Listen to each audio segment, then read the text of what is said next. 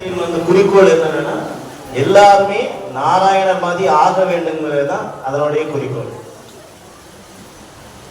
அப்ப எல்லாருமே நாராயணர் ஆனா அதுக்கு ஒரு தலைவர் எப்படியுமே வேணும். அந்த தலைவர் யாருன்னா வைகுண்டசாமி.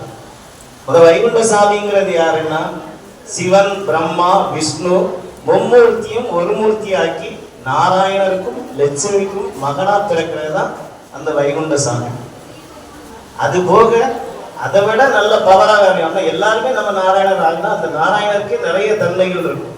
அப்ப அதை கண்ட்ரோல் பண்ணா மற்ற சக்திகளையும், அதாவது நிறைய, அதாவது பகவதி அம்மான், மண்ணை கட்டான், பார்வதி, லட்சுமி, இப்படி எல்லாத்தையும் வந்து கல்யாணம் பண்ணதா வரும். இகடை கல்யாணம், அது கல்யாணம் கிடையாது. அவங்களுடைய சக்தியை வந்து அவங்களுக்குள்ள ஆக்கிறதுக்காக. அப்ப வைகுண்டசாமிங்கிறது சிவன், பிரம்மா, விஷ்ணு மூணு இருக்கிற சக்தியும் அதை விட மண்டை காட்டான் இந்த பவர் எல்லாமே ஒன்றாக்கியிருக்காங்க. அதுவும் இல்லாம அவங்களுடைய பவர் இருக்கக்கூடாதுன்னு சொல்லி துஷ்ட தேவதைகள் எல்லாம் இவங்களுடைய வைகுண்டசாமிகிட்ட வந்து அவங்களுடைய பவரை ஒப்படைச்சிட்டு இங்க இருக்கிறதா சிவாய் மார்மேடன்னு சொல்றாரு. அப்புறம் இயேசுவா வந்ததும் அவர் தான் சொல்லியிருப்பாங்க, அல்லாவும் அவர் தான் சொல்லியிருப்பாங்க. அப்ப நீங்க சாமி தோப்பு வந்தா எல்லா தெய்வத்தையும் கும்பிட்டதுக்குள்ள சமம். இனி அந்த மூல கதையை பார்ப்போம். மூல கதைங்கும் போது முதல்ல உலகத்தை படைப்பாங்க. அப்புறம் அதுல தேவர்கள், முடிமார்கள், ரிஷிமார்கள் இப்படி எல்லாரும் இருப்பாங்க. அப்படி இருக்கும்போது அவங்களுக்கு வந்து நல்ல எல்லா வகையான இதுவும் கொடுத்து அவங்க வாழ்ந்துட்டு இருக்காங்க. அப்ப தேவர்களுக்கு நல்லா வாழ்ந்தோடனே அவங்களுக்கு மனசுல ஒரு இதுமாப்பு வருது, நம்மளை யாருமே எதுவும் செய்ய முடியாதுன்னு. இது வந்து சிவபெருமானுக்கு தெரிய வருது. தெரிய வந்தோடனே இந்த தேவர்களுடைய இதை அடக்கணுங்கிறதுக்காண்டி அவர் ஒரு வேள்வி வளர்க்கிறார். அந்த வேள்வியில இருந்து தான் குரோனிங்க அசுரன் பிறக்கிறான். அந்த குரோனிங்க அசுரன் பிறக்கிறான். அவன் வந்து அவனுடைய பசியினால எல்லாத்தையும், இந்த உலகத்துல இருக்க எல்லாத்தையும் சாப்பிட்றான், கடல் நீரை விழுங்குறான். ஆனால் அவன் பசி தீரல. அடுத்த கையிலே விழுங்க நினைக்கும் போது நாராயணருக்கு இது தெரிய வந்து நாராயணர் வந்து என்ன பண்ணாருன்னா பூலோகத்துல வந்து தவம் இருக்கிறார். அப்படி தவம் இருக்கும்போது சிவபெருமான் வந்து காட்சி கொடுத்து கேட்கும்போது அவரு சொல்றாரு, இப்படி குரோனிங்க அசுரன் வந்து அழிக்க போறான், அதனால நம்ம அவனை அழிக்கணும்னு வரம் கேட்கிறாரு. அப்படிங்கும்போது அப்ப அவர் என்ன சொல்றாரு, அவனை அழிக்கலாம், 6 துண்டா வெட்டி அழிக்கணும். ஆனா அந்த 6 துண்டும் ஒவ்வொரு யுகமாக மறுபடியும் வருவான். அந்த 6 யுகத்திலையும் நீ மறுபடியும் அழிக்கதா இருந்தா சம்மதிச்சா வரந்தாருன்னு சொல்லி இது பண்றாரு. அப்ப அவர் நாராயணர் அதுக்கு சம்மதிச்சு 6 துண்டா வெட்டுறாங்க. அதை 6 துண்டையும் ஒரு குழியில பதைக்கிறாங்க, ரத்தத்தையும் தனித்தனியா பதைக்கிறாங்க.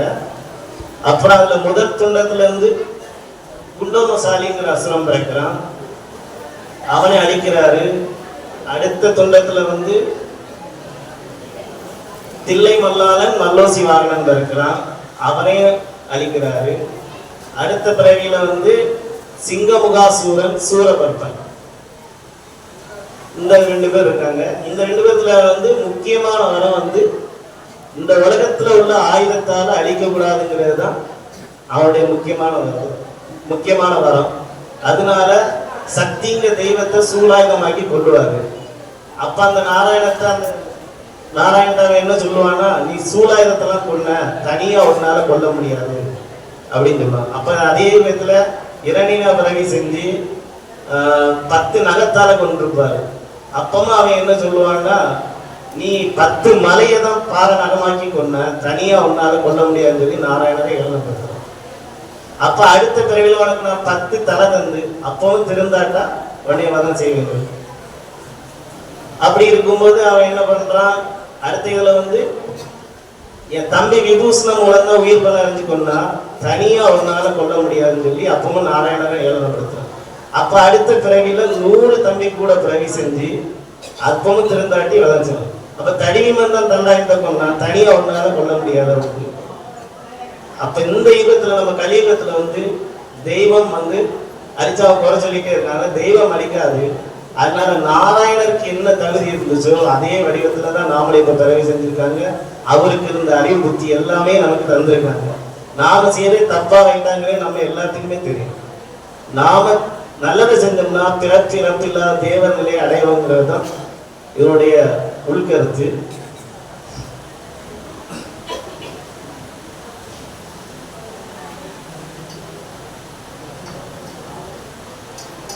அப்புறம் இந்த நம்ம இப்போ மேலோட்டமா பார்த்தோம்னா மேல முன்னாடி உள்ள யுகத்துல எல்லாம் வந்து என்னவா இருந்திருப்பான், அரக்கன் தனியா இருந்திருப்பான், இது தனியா இருந்திருப்பான். அதனால அரக்கனை வந்து ஈஸியா அழிச்சிருப்பாங்க, கெட்டவனை தனியா கண்டுபிடிச்சு அழிச்சிருப்பாங்க. அடுத்து நம்ம ராவணையில பார்த்தோம்னா இரு நாட்டு அரசர்கள், ஒருத்தன் இலங்கை, ஒருத்தன் நமக்கு இங்க இந்தியா. அடுத்து பார்த்தா சித்தப்பா பெரியப்பா மக்கள் ஆயிட்டாங்க. இப்ப நம்ம கலியுகத்துல நமக்குள்ளதான் எல்லாரும், நம்ம எல்லாத்துக்குள்ளேயுமே தான் எல்லாரும். அதனால நாம திருந்தி எல்லாரும் இது பண்ணா நல்ல இதை அடைவோம். நம்ம வந்து பிறப்பிறப்பில்லாத இதை அடைவோங்கிறதான் இது. அதனால உங்க பதிவுல கண்ணாடி தான் இருக்கும், உங்களை தான் நீங்க வழிபடுறீங்க. நாம ஒவ்வொருத்தரும் திருந்தணுங்கிறதா இது. இதான் அகிலத்தரத்துல இருக்கு சுருக்கமா ஐயா. ஐயாவினுடைய அருள் பெறுவதற்காக வந்திருக்கிற அன்பு உள்ளம், அரவணைக்கும் பண்பு உள்ளம் கொண்ட ஐயாவடி பெரியோர்களையும் தாய்மார்களையும் என்னுடைய வாழ்த்துக்களையும் வணக்கத்தையும் சொல்லி வரவேற்கிற இந்த நேரத்தில் நான் மற்றற்ற மகிழ்வோடு உங்கள் முன்னால் நின்று கொண்டிருக்கிறேன். நம்முடைய ஐயாவினுடைய கருத்துக்களை, அகில நெறிமுறைகளை இந்த உலகத்திற்கு எடுத்து சொல்ல வேண்டிய பொறுப்பு எங்களுக்கும் உண்டு, உங்கள் எல்லோருக்கும் உண்டு.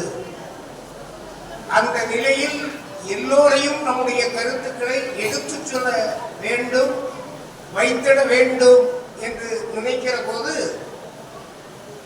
நீண்ட தொடர் முயற்சிக்கு பின்னால் என்னுடைய அன்புக்குரிய மகன் குரு கிருஷ்ண நாமமணி அவர்கள் இன்று ஐயாவினுடைய திருநடையிலே ஐயாவினுடைய கருத்துக்களை எடுத்து சொன்னதை கேட்கிற போது மற்றற்ற மகிழ்ச்சி அடைந்தேன். காரணம், ஐயாவினுடைய செய்தியை உலகறிய செய்யக்கூடிய தேவன் நாம் எல்லோருக்கும் உண்டு. யாரை பார்த்து, நம்மில் யாரை பார்த்து ஐயாவளி என்றால் என்ன, ஐயா வைகுண்டர் யார், எதற்காக இந்த வழிபாடு என்று கேட்டால் நாம் எடுத்து சொல்வதற்கு தெரிந்தவர்களாக இருக்கிறேன். நீங்க முன்னுள்ள காலங்களில் பார்த்தா வேதங்கள் இருந்தது, எல்லாம் இருந்தது. அதை நமக்கு மறைச்சிட்டாங்க, நம்ம படிக்க முடியாது. இப்ப நம்முடைய மக்கள் வேதம் இல்லாதவர்கள் என்று சொல்லக்கூடாது என்பதற்காகத்தான் ஐயா அகிலத்திரட்டு அம்மானையை நமக்கு தந்து, நாமும் அதை மறைத்துவிடக் கூடாது என்பதற்காகத்தான், அதை உலகறிய எடுத்து சொல்ல வேண்டும் என்பதற்காக அகிலத்திரட்டு அம்மானை என்கிற பெரிய திருஏட்டை வாசிக்கிற பணியினை நமக்கு ஐயா தந்திருக்கிறார். அது ஒரு பணிவிடையாக நாம் செய்து கொண்டோம். அதனுடைய கருத்துக்களை பாராயணமாக எடுத்து சொல்லக்கூடிய நடைமுறைகளை எடுத்து சொல்லிக் கொண்டிருக்கிறோம். நான் கூட மெத்த கவலைப்படுவதுண்டு. எங்களோடு இருக்கிற இளைய தலைமுறை இதில் ஆர்வம் காட்டவில்லை என்கிற வருத்தமும் உண்டு. அந்த வருத்தத்தை நிறைவு செய்வதற்கு பல நேரங்களில் முயற்சி எடுத்திருந்தார். அந்த முயற்சி வெற்றி பெறும் என்கிற நிலையில் இன்று முன்னெடுப்பு செய்திருக்கிற நிலை என்னை பொறுத்தவரை நான் மகிழ்கிற ஒன்றாக இருந்து கொண்டிருக்கிறேன். ஏன்னா எங்க அடுத்த இவர் பேசுவார், ஐயாவுடைய அன்பர்களுக்கு அன்பு வேண்டுகோள், அவரவர் உடைமைகளை வாக்குக் இதை சொல்லுவது குருமார்களுடைய வேலை இல்லை. ஐயாவை பற்றி அகில உலகம் எடுத்து தெரியக்கூடிய வகை கருத்துக்களை சொல்ல வேண்டும். அந்த கருத்துக்களை ஐயாவினுடைய திருநடைக்கு வரக்கூடிய அன்பர்களும் எடுத்து சொல்லக்கூடிய நிலையில் அவர்களையும் உருவாக்க வேண்டும். அப்படி உருவாக்குவது தலைமைப்பதியினுடைய கட்டாய கடமை. பல்வேறு விவாதங்கள் இந்த நாட்டிலே வந்து கொண்டு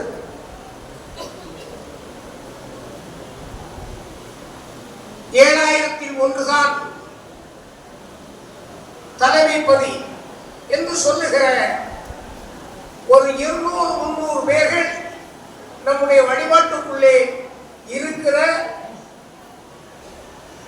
கையனுக்குள்ளே தெரியாம், காலத்துக்குள்ளே தெரியாம் என்று கேடுகள் நமக்குள்ளே இருக்கும் என்று இருக்கிற சுட்டி காட்டியது போல இருக்கிற கேடுகளை எல்லாம் நாடறிய எடுத்து சொல்ல வேண்டிய ஒரு தேவையில் இருக்கிறோம். எனவே அந்த தேவை வருகிற போதுதான் நாம் நம்மை மாற்றிக்கொள்ள வேண்டும். ஐயாவினுடைய பிள்ளைகளாக ஐயாவே எல்லாம் சர்வமும் வைகுண்டமய நோக்கிற நிலையில் நம்மை மாற்றிக்கொண்டால்தான் தர்மயுக வாழ்வை நாம் பெற முடியும் என்கிற நிலையில் நாம் வாழுவதற்கு பழகிட வேண்டும். அப்படி பழகுவதற்கு அகில நெறிமுறைகளை, நம்முடைய வழிபாட்டினுடைய வழிமுறைகளை எல்லோரும் அறியக்கூடிய வகையில் எடுத்து செல்வது நம்முடைய கட்டாய கடமை என்பதால் தான் இந்த கிடைக்கிற இந்த நேரம் உச்சிப்படிப்பு நிறைவேறியதற்கு பிறகு தர்மம் நிறைவேறுவதும் குறைவதற்கு ஒரு 10-15 நிமிடங்களுக்குள் தெளிவாக நம்மை நாம் புரிந்து கொள்ள வேண்டும் என்பதற்காகத்தான் இதையெல்லாம் எடுத்து சொல்லுவோம். இந்த வழிபாட்டினுடைய ஆரம்ப புள்ளி இந்த பள்ளியறை தான். ஐயா சற்றுமாக நமக்கு காட்சி தந்து போதனைகள் செய்து 6 ஆண்டுகள் தவம் எடுத்து அந்த 6 ஆண்டுகளில் 5 ஆண்டு தவம் இருக்கிற நிலையில் கைது செய்யப்பட்டு சிறையிலே அடைக்கப்பட்டு அவரை எப்படியாவது கொன்றுவிட வேண்டும் என்று நினைக்கிற போது கடுவாய் பிடித்து அந்த கடுவாயை பட்டினி போட்டு அந்த கடுவாய் ஐயாவை அடைத்த கூண்டுக்குள்ளே அடைத்து அந்த கடுவாய் பழகிய நாய் போல கடுவாய் போல ஒரு பழகிய நாய் போல ஐயாவினுடைய காலடிகள் அது வணங்கி இருந்த நிலையை பார்த்தபோது அங்கே இருந்த ஒரு வேதியர் வெறுத்தெடுத்து விட்டார். கடுவாயை பிடித்தோம், பட்டினி போட்டோம், உள்ளே அடிப்போம், கொன்று விடுவது நம்பினோம், கொல்லவில்லை என்று நினைத்த அவன் சிப்பாயினுடைய ஈட்டி புடங்கை எடுத்து குத்தினான், சீண்டினான். அந்த சீண்டலால் கடுவாய் வைகுண்டரை கடித்து விட வேண்டும், குதிரை விட வேண்டும், கொன்று விட வேண்டும், இல்லாமல் ஆக்கிவிட வேண்டும் என்று அவர் நினைத்தார். அவர் நினைத்ததற்கு காரணம் உண்டு. அந்த வேதியன் ஆதிக்க சக்தியை ஆட்டி படைத்துக் கொண்டிருப்பவர். இந்த வைகுண்ட சக்தி இந்த உலகத்திலே வந்ததற்கு பிறகு அந்த போதனையால் இந்த ஆதிக்கம் அடித்தமர்த்தப்படும் என்கிற நிலையை உணர்ந்ததால் தான் அவர் வந்தவரை தூண்டிவிட்டு கைது செய்து இந்த கொடுமைகளை எல்லாம் செய்தார். அப்படி செய்கிற போது இந்த கடுவாய் வீரே இருக்கிறதே என்கிற கோபத்தில் தான் குத்தினார். ஈட்டி புடங்கை தட்டிவிட்டது. கூர்முனை பக்கத்தில் இருந்த வேதியனை குத்தி கொன்று விட்டது. வேதனைப்பட்டார். எவ்வளவோ பெரிய பாவத்தை செய்து விட்டோம். ஒரு வேதியனை கொன்றால் 1000 நபர்களை கொள்ளுகிற பாவம்.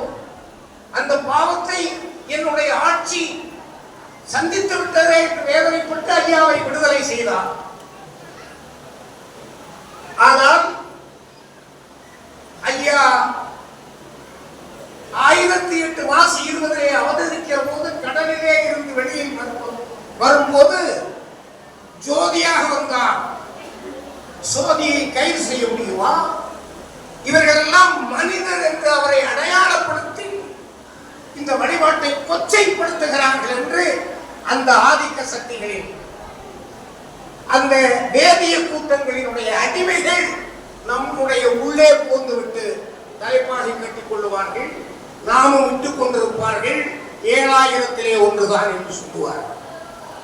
இந்த நிலைமையில் நாம் உண்மை நிலையை புரிந்து கொள்ளாமல் இருக்கக்கூடாது என்பதற்காகத்தான் கிடைக்கிற நேரங்களில் எல்லாம் அகில கருத்துக்களையும் ஐயாவுடைய நடைமுறைகளையும் நாம் எப்படி நடக்க வேண்டும் என்பதையும் எடுத்துச் சொல்வதை கடமையாக வைத்துத்தான் உங்களை சந்திப்பதற்கு வர வேண்டும், கருத்துக்களை சொல்ல வேண்டும் என்கிற நிலையிலே தான் வந்து கொண்டிருக்கிறேன். எனவே ஒவ்வொரு நாளும் ஒவ்வொரு விதத்தில் நம்மை பக்குவப்படுத்திக் கொள்வதற்கு, நம்மை ஐயாவின் வழியிலே தக்க வைத்துக் கொள்வதற்கு உரிய கடமையை செய்கிற கடமை எனக்கு உண்டு. அந்த கடமையில் இந்த கருத்துக்களை கேட்டு அடுத்தவர்களுக்கு எடுத்துச் சொல்லுகிற கடமையும் உங்களுக்கு உண்டு என்று சொல்லி அந்த கடமையின் வழி வாழுவோம். ஐயாவுடைய வழியை உலகறிய செய்வோம்.